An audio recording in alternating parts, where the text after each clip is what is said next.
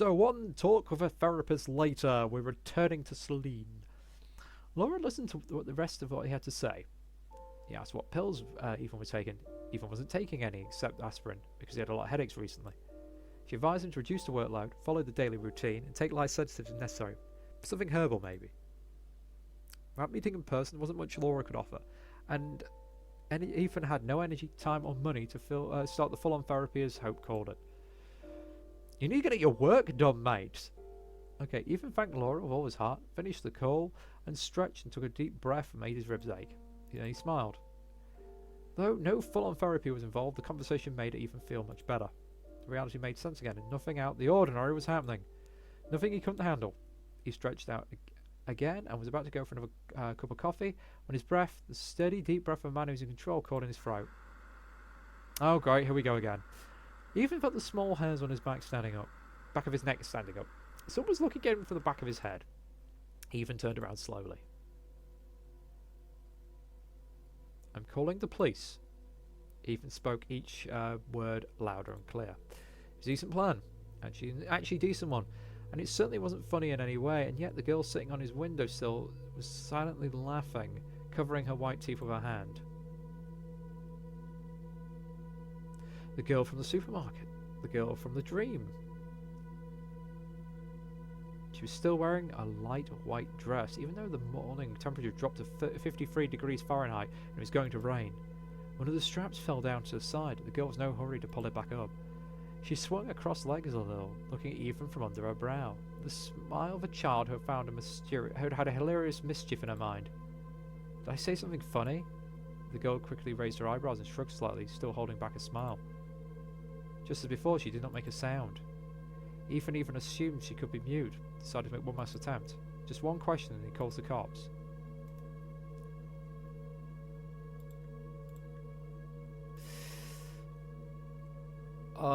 Which one do we go for? You know, I'm not going to ask who she is, because that might lead to madness. How did you get in here? The girl put a lean finger on it with a neat black nail to her lips, and while the fingers of her other hand shaped like the figure of a man, she pointed at the figure with her eyes. Ethan felt sick of the farce that was happening. He thought he should call the cops immediately. The hand clutching the phone simply continued to hang limply. The finger man looked around and started walking along the window of his slope with his finger legs. 1, 2, 3. And something else was happening. Ethan failed to understand what it was. Next moment, the finger man was walking on the still. The girl was making it with the other hand. And then she smiled widely and put both her palms on her chest. She looked absolutely happy. I was invited. And suddenly, she cast a gloomy look at Ethan. Her black eyes gave a cold glimmer. It's really rude to come in without an invitation. A moment later, the girl reached for something behind her back, quickly poured it to her lips and took a sip. Ethan's throat became tight with blood that abruptly rushed to his head. Where? How did you get this? The girl traced Ethan's gesture with a genuinely surprised look. The next moment, she parted her lips. Oh. Hope's huge, colourful cup, the one they got at the store, tinkled hurtfully as it struck the floor and shattered to pieces. Just like that, there was a brief moment the cup was lying peacefully on the floor, and Ethan got enough time to hope it would endure the fall. And then the fragments burst everywhere at once, as a furious white light broke out from inside. But no, that was milk. Just some milk. You shouldn't have spooked me, you know. And now look what you've done. The poor cup is so broken. So many eeny-meeny tiny pieces. There's no way to mend it at all. Ethan was suffocating. What the hell are you doing here? What do you want from me? The girl bit her lip and twisted a fallen shoulder strap between fingers. The top of her dress slid even lower. Do you want me to leave? But I may run into Hope. Right at the door, Ethan. She forgot her pass and will be here any minute. What would the poor girl think? The girl looked over her shoulder. Her face instantly lit up. Oh no, it's her. Here she is. Hope is simply amazing. Accurate to a minute. Hello, hello. The girl turned over on her stomach, leaned on the still, and vigorously waved to someone invisible. Her dress slid completely down. That bitch. Ethan would bet her tits are flashing right through the window. Okay. We are not going to go anywhere near her. Don't come any closer. Ethan couldn't see it, but he knew. He felt that Hope was really standing down there and looking up at the window. Of course, he couldn't see much anymore as a blurry veil covered her eyes.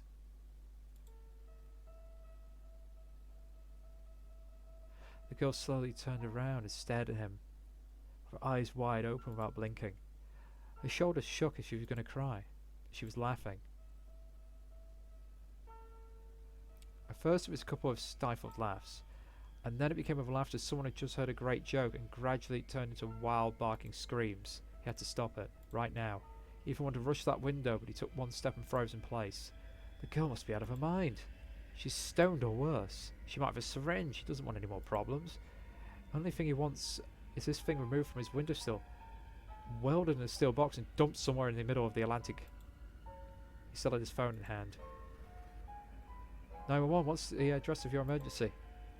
The bitch shrank, hunched, but kept cackling like a pack of wolves yelping on the moonlit night. She was writhing with laughter, and the pale rags of dry, flabby skin were shaking in the rhythm of her movements. Her dress looked like a death shroud. He suddenly thought she was much older than he thought at first. What's going on? He even looked at her for the last time, a mix of hate and disgust in his eyes, turned away, running his fingers through his hair. There's a stranger in my apartment. Woman, most likely on drugs or just insane. Can you see her right now? If you can only see the wall in front of him, he heard a deafening howl. It was echoing through his skull, beating into his temporal bones like a desperate bird. Instantly clenched his teeth. Yes. Does she have a weapon? Maybe. She threatened me. Can you leave the apartment? No. The scum can escape. I don't want her to get. He even said, even hesitated. I can't hear you, sir. What is happening? Speak up. I can't hear you. What is happening? The terrifying laugh kept echoing in Ethan's ears. There was no one behind him.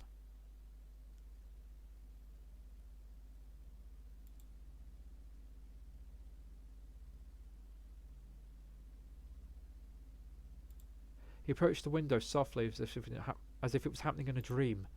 The shards of Hope's cup crunched under his feet. Just like before, the window was closed. Ethan opened it and looked carefully down. He did not see the body, too good to be true, but he had to check. Only the grey pavement, which gradually turned black as it actually started raining. He even looked across the street just in time to notice a familiar cream-coloured coke disappearing behind the corner of a nearby house. Hope! Hope! He screamed so loud that something snapped in his throat. She didn't hear him. Maybe she didn't want to hear. Ethan called for her at least 100 times.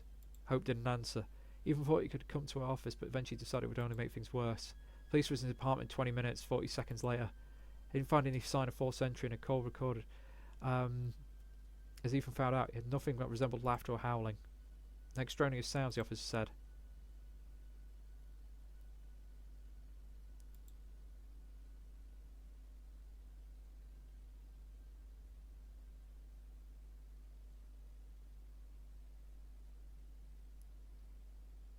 Hope returns sometimes between late at night and early in the morning. Skin on her cheekbones was tarred and was transparent, and there was deep shadows under her eyes, and she hadn't slept in a long time. She smelled of strong alcohol. Ethan went out of the dark room to her. He didn't sleep and didn't turn the light on either. Things that lurked in the dark, real or imagined, no longer frightened him. He even wished that something he'd been dreading for the past month, he could finally name that feeling he had, would come out of the greasy blackness and snap his neck. Or greasy blackness of the shadows and snap his neck. But everything in the apartment was mockingly calm, except for Ethan himself. Hope. Hope stared at him in silence, swaying a little. Instead of pupils, she had black holes. I've been thinking about this a lot. What I would say to you if you came back. What can I say? Hope's face showed no emotion. Seems like he didn't even blink. And I realised I can only tell the truth, no matter how crazy it sounds. If I try to cheat, it only gets worse, right? Ethan gave a short, nervous laugh. Anyway, Ethan had plenty of time what he was going to say, but he didn't even know where to start. Someone's going to go, I remember when I started seeing a girl. Who's she even? I don't know. Is it Sophie? Who? Sophie Wolf? You're a student from the... he's using the worst wording. I mean, yeah. No, student from like us. Hope made a vague gesture with her hand. Movies from the late Victoria era. Even didn't know why he said that, but Hope at least repeated in a flat tone. I remember you were really impressed with her. You always really liked smart girls. And this one was also beautiful. Hope, this isn't what you think. Think? Who says what I think? Thinking's too painful. Wait, hold on. Ethan disappeared into the room and came back a few minutes later. Darkness of the hallway was diluted by the light of the screen. Hope covered her eyes with her hand either from the brightness of the screen itself because she didn't want to see whatever it was. What is this about? Here, look. Sophie Wolf. On the screen was a picture, profile of Sophie Wolf, a student. On his phone, Sophie was squinting even from the bright sun because her curly red hair was getting in her eyes. Small brown-haired girl snuggled up with her with a smile. They're a nice couple. If I remember right, they had a wedding this year. Then who is... I don't know. And honestly, I don't care. I want her out of my life, but this bitch follows me. Well, she used to follow, but now I don't think I'll ever see her again. Is it good or bad? Hope, please. If you want to leave, I understand, but if you want to give me a chance, I'll do my best to mend it all. You didn't even do anything. You should have told her that she was a creepy ass stalker. He couldn't really promise, but he was eager for the nightmare real or imagined to finally end. No more weird stories, please, Hope. I don't need anyone but you. You can give... He couldn't finish because Hope kissed him. Her bag hit the floor with a thud. The rest of the night went went fine. Well, even more than that, except for the fact they were too busy to get any sleep. At least everything going fine until the moment when, instead of Hope's face, just for a moment Ethan saw, he couldn't tell her. He just mumbled something about not feeling well and collapsed on his back, panting. He closed his eyes so that Hope wouldn't accidentally catch a glimpse of what he saw. Nothing happened. It wasn't real. It's fine. She understands, said Hope. Something's changed. Is this like Hope's going to die? And he keeps seeing basically a vision of her dead? Because she keeps having like a skull face. Which is a classic that person's going to die thing. I remember the face. Is that it? Oh, where's Timo? Let's look for him together. Maybe he's up the tree chasing birds. No, I can't see him. Maybe he's in the reeds watching the fish. No and no, let's look some more.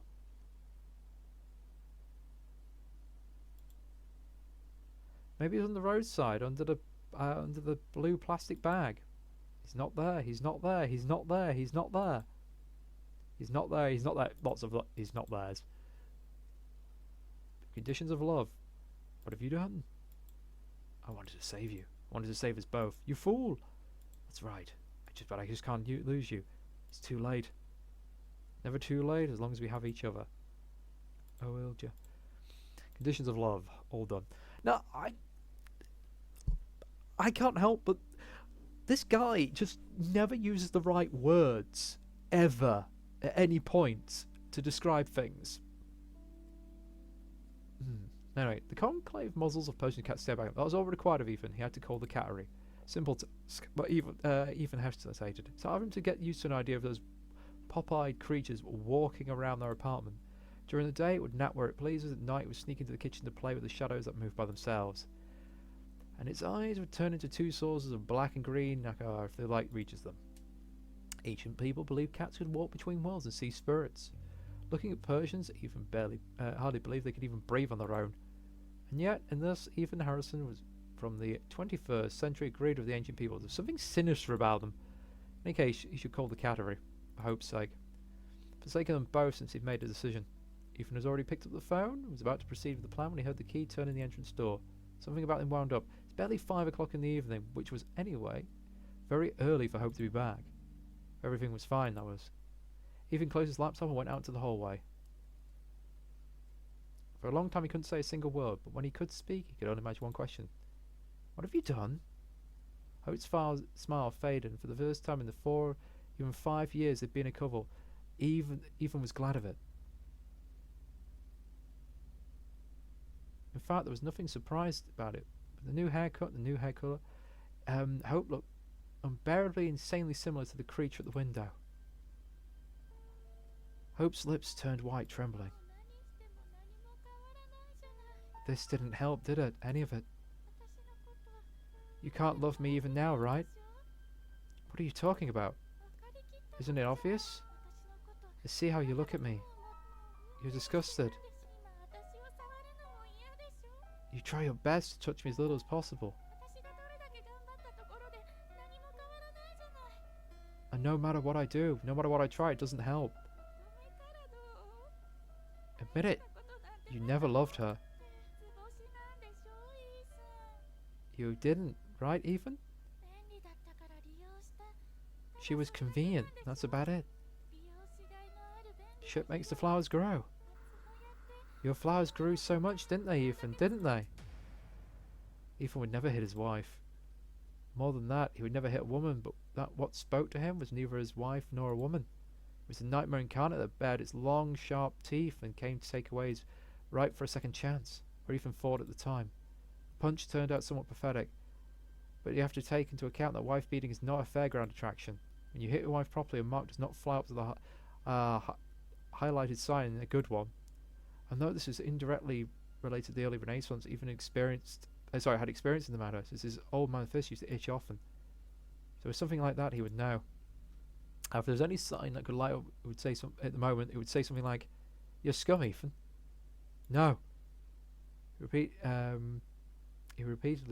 kept repeating that even after Hope stormed out of the door in tears.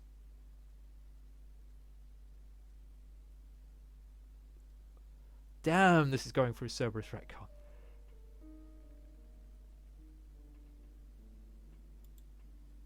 All because this guy can't communicate.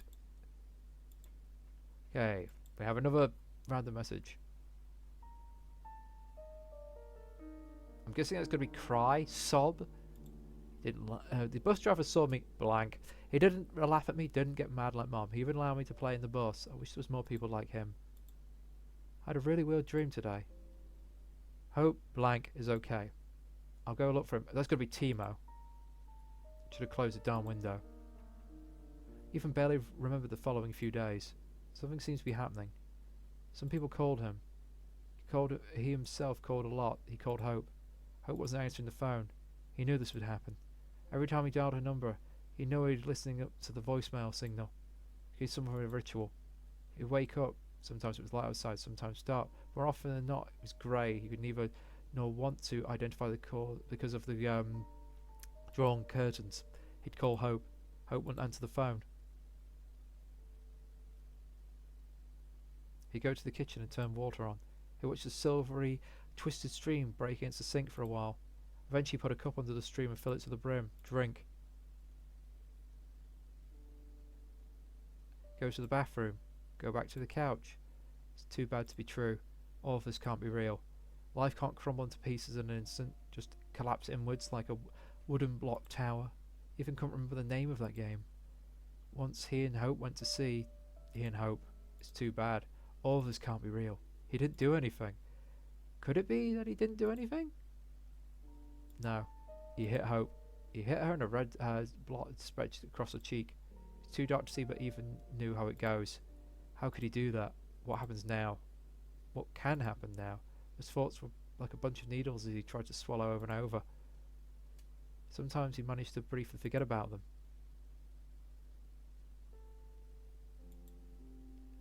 It would happen when he woke up in the grey timelessness, looked at the dirty white ceiling. He didn't remember who that Ethan Harrison was, but the pain would always come back. He had a bunch of needles in his throat. No matter how much water he drank, he couldn't get rid of it.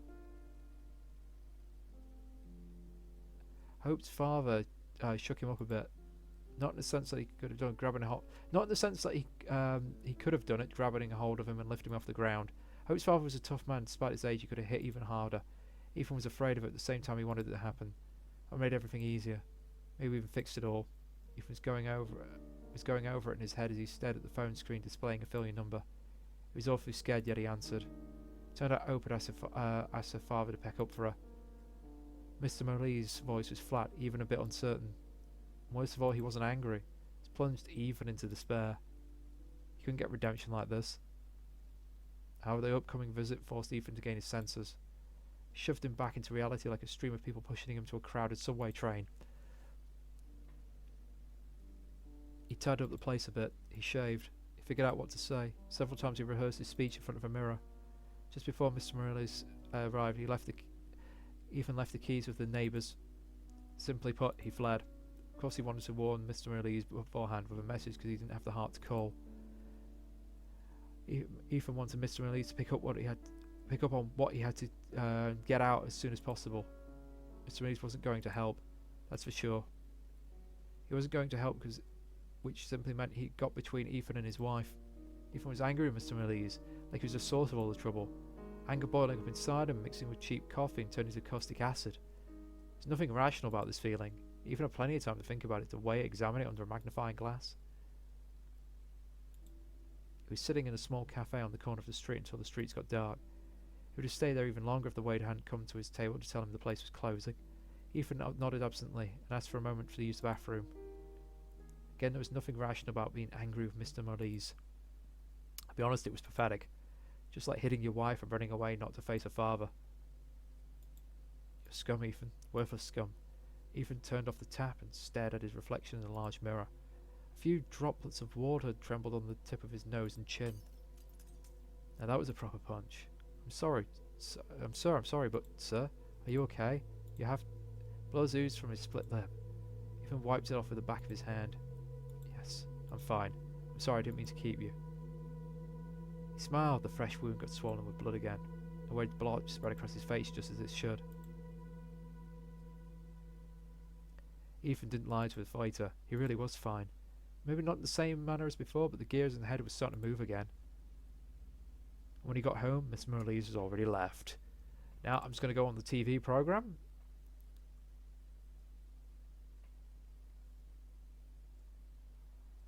Secrets of Anatomy.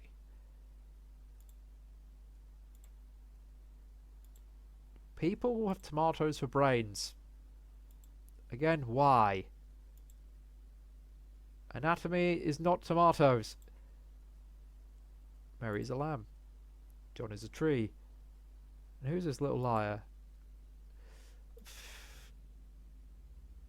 Oh my god. Why? Why is it so bizarre? Turns out he'd even take the keys from the neighbours. At first, Ethan has assumed Mr. Morelli could have cancelled the visit, but as soon as he opened the door, his doubts disappeared. A strong, unfamiliar scent was filling the hallway. Could it be Mr. Morelli's cologne? Maybe the smell of the apartment itself? Hope's presence faded away? Mr. Morelli must have taken his daughter's keys. Somehow the possibility never crossed Ethan's mind before. He drew in air through his nostrils and suddenly felt as sharp and as clear as in that dream he had days ago. Something was going to happen. Ethan looked around the empty dark room and reached for his phone. Was it perform the ritual? Or was he hoped something would go different this time? Short beeps. As if Ethan thought it was safe to say something was already happening. He had to figure out what. Where. Something had changed in the picture, and it was not Hope's favourite blouse was missing from the closet. If you find the difference, you win. If you find the difference, you know where the gears are taking you.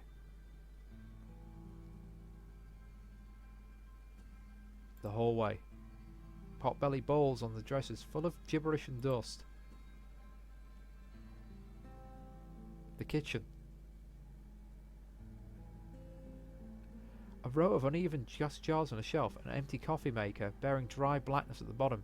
Spoons, forks and knives, some of them really sharp. The bathroom. Mirror on the wall and its reflection, the closed door is open. No, not here. What about... Ethan licked his split lip. That's it. He has to check his email now. Ethan was looking carefully.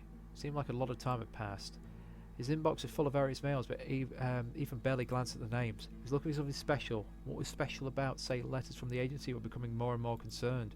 Some point concern turned into cold and aggressive. Ethan idly skimmed through notice of contact information. Sorry, notice of contract termination. Not what he was looking for. He started with the oldest emails and scanned the list all the way to the top. Nothing.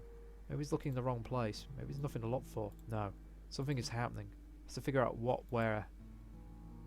Ethan got so close to the accurate answer to those questions that the light of new knowledge could have burned his eyes.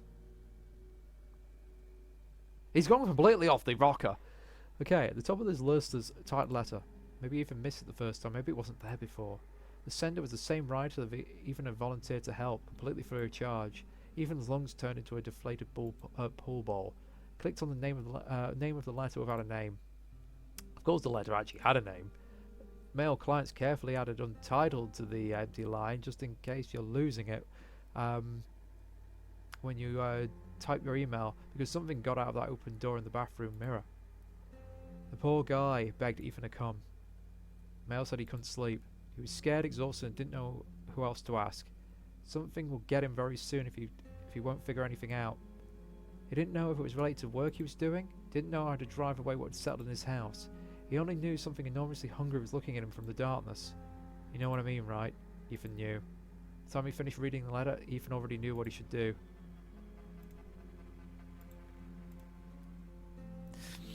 Alright, so she basically preys on people and then just destroys their minds. I mean, the moon is connected to lunacy, so it could be she devours their brains. Alright, we're going to answer the call. Because, honestly, right now, I think we're doomed either way. Alright, the acquaintance didn't know if he had any relation to the work he was doing. But what about Ethan's work? Could his research shed light on what lay dormant in the dark and awaken it? Was it Ethan's affidavit curiosity or the question that teased his appetite? Which one was cursed, the chicken or the egg? Ethan was angry as hell. He wanted to end all of it for once and for all. He wanted to face his fear, and even if the fear was no longer his own, even if it was crawling through the wires and climbing communication towers to breathe out its noxious spores into the air. More random background changes. Right, Ethan was angry but also terrified. What he wanted to think was a delusion took root and grew stronger as he tried to deceive himself. It was incorporeal as the email in his inbox, but at the same time it was real. Ethan wanted to face his fear so that it would take shape and have a name, and inbox in which he could fit, in which that fear could fit. Maybe then he could have dealt with it. And that's why when Ethan got behind the wheel of his old sedan, he wasn't doing it for the ride who was tormented by shadows. He was doing it for himself. In the email, the acquaintance described in detail how to find his house and how to get inside. Too much detail, as he already resigned to his fate. And with that, I'm pausing here.